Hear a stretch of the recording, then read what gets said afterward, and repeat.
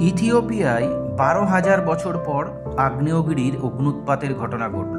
4,300 kilometre দূরে দিল্লিতেও এসে পৌঁছালো। ইথিওপিয়ার হেলিগুবি আগ্নেয়গিরিটি 12,000 বছর পর রবিবার বিস্ফোরিত হয়। এই বিস্ফোরণ থেকে নির্গত ছাই এবং সালফার ডাইঅক্সাইড প্রায় 15 কিলোমিটার উচ্চতা পর্যন্ত পৌঁছায়। এটি লোহিত সাগর অতিক্রম করে ইয়েমেন এবং ওমান পর্যন্ত ছড়িয়ে পড়ে।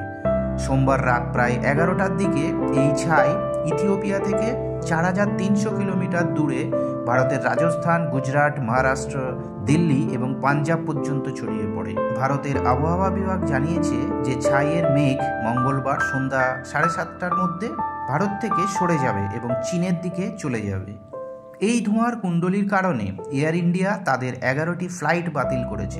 বিশেষজ্ঞরা জানিয়েছেন যে ছাইয়ের এই গুচ্ছ অনেক উঁচুতে থাকার কারণে সাধারণ মানুষের জীবনে এর প্রভাব তুলনামূলকভাবে কম হয়েছে। বিস্ফোরণটি আফার অঞ্চলের হেলিগুবি আগ্নেয়গিরিতে ঘটেছে। এটি এত পুরনো এবং শান্ত ছিল যে আজ পর্যন্ত এর কোনো রেকর্ড ছিল না।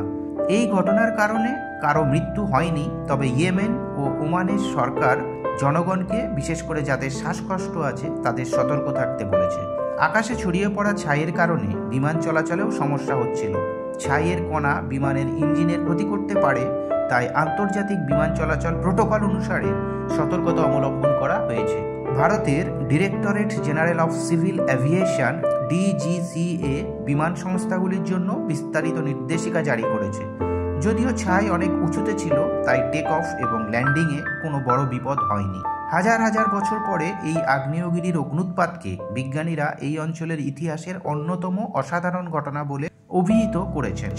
গালফ নিউজের খবর অনুযায়ী বিস্ফোরণের সাথে প্রচুর পরিমাণে সালফার ডাইঅক্সাইডও নির্গত হয়েছে, যা পরিবেশ ও স্বাস্থ্যের উপর প্রভাব নিয়ে উদ্বেগ বাড়িয়েছে। যদি আগ্নেয়গিরি হঠাৎ করে প্রচুর সালফার ডাইঅক্সাইড নির্গত করে, তবে তা ইঙ্গিত করে যে ভেতরে চাপ বাড়ছে, ম্যাগমা নড়ছে এবং ভবিষ্যতেও আরও বিস্ফোরণ হতে পারে।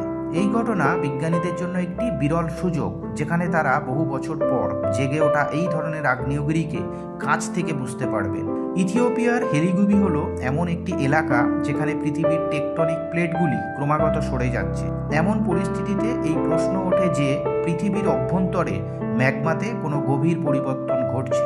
গবেষকরা এখন হেলিগুবিকে ভবিষ্যতের গবেষণার জন্য একটি গুরুত্বপূর্ণ স্থান হিসাবে দেখছে। তারা বোঝার চেষ্টা করবেন কেন হাজার হাজার বছর শান্ত থাকার পর এই আগ্নেয়গিরি এখন সক্রিয় হলো।